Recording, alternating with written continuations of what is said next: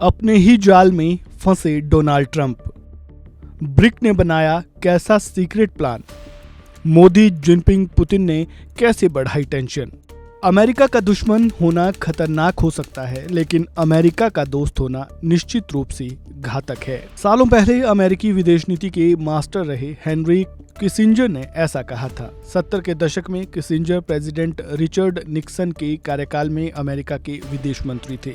अब सालों बाद अमेरिकी कूटनीति अपने इस पूर्व विदेश मंत्री के कथन को सच साबित कर रही है।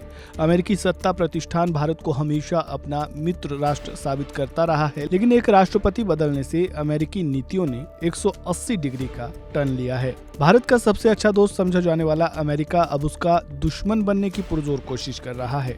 पहले 50% का टैरिफ लगाया और अब लगातार भारत को धमकियां दे रहा है।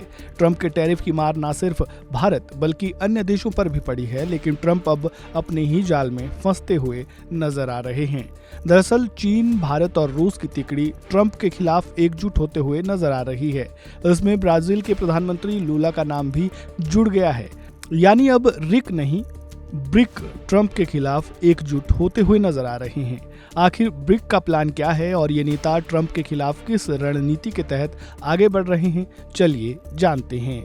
डोनाल्ड ट्रंप ने अपने दूसरे कार्यकाल में विदेश नीति को लेकर एक नई राह पकड़ी है। इस नई राह ने वैश्विक व्यवस्था को इस तरीके से बदल दिया है जिसकी वॉशिंगटन ने कभी कल्पना भी नहीं की थी। ट्रंप की आक्रामक व्यापारिक रणनीतियां, जिनमें भारत और चीन पर मनमाना टैरिफ शामिल है, जाने अनजाने में 3 ऐतिहासिक प्रतिद्वंदियों को एक दूसरे के करीब ला रही है। विदेशी मामलों के जानकारों की माने तो ऐसे में ये एक नई यूरेशियन शक्ति धुरी की शुरुआत का संकेत हो सकता है। ये गठबंधन तब बना जब ट्रंप ने अचानक भारत पर 50% टैरिफ लगाकर भारत के खिलाफ आर्थिक युद्ध शुरू कर दिया। ऐसे में चीन, भारत और रूस अब अमेरिका की एक तरफा नीतियों का मिलकर जवाब देने की ओर बढ़ सकते हैं। इसके लिए प्रधानमंत्री मोदी चीन के तियानजिन में होने वाले शंघाई सहयोग संगठन यानी SCO में शामिल होने जा रहे हैं, जबकि रूसी राष्ट्रपति व्लादिमीर पुतिन इस साल के अंत में भारत दौरे पर आएंगे। ऐतिहासिक रूप से भारत और चीन सैन्य, कूटनीतिक और आर्थिक रूप से टकराते रहे हैं, लेकिन जब दोनों एक ही ताकतवर के निशाने पर होते हैं तो पुरानी प्रतिद्वंदिताएं खत्म नहीं होती बल्कि रुक जाती हैं। चाहे ब्रिक्स शिखर सम्मेलन हो या G20 बैठक, दोनों देशों ने तेल व्यापार प्रतिबंधों और बहुध्रुवीय व्यवस्था पर अपने रुख में तालमेल बनाना शुरू कर दिया है।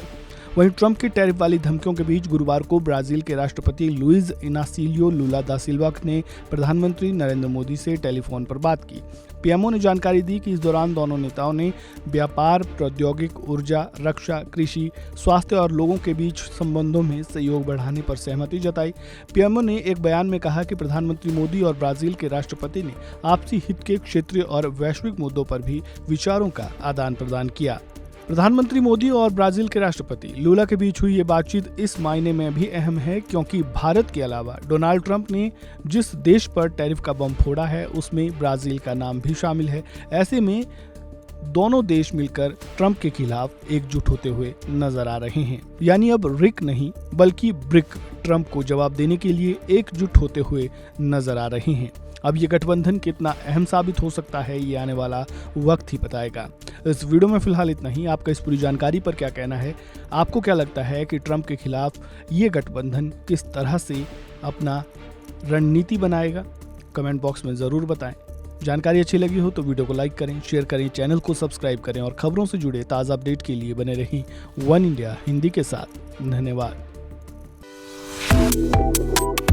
Subscribe to One India and never miss an update.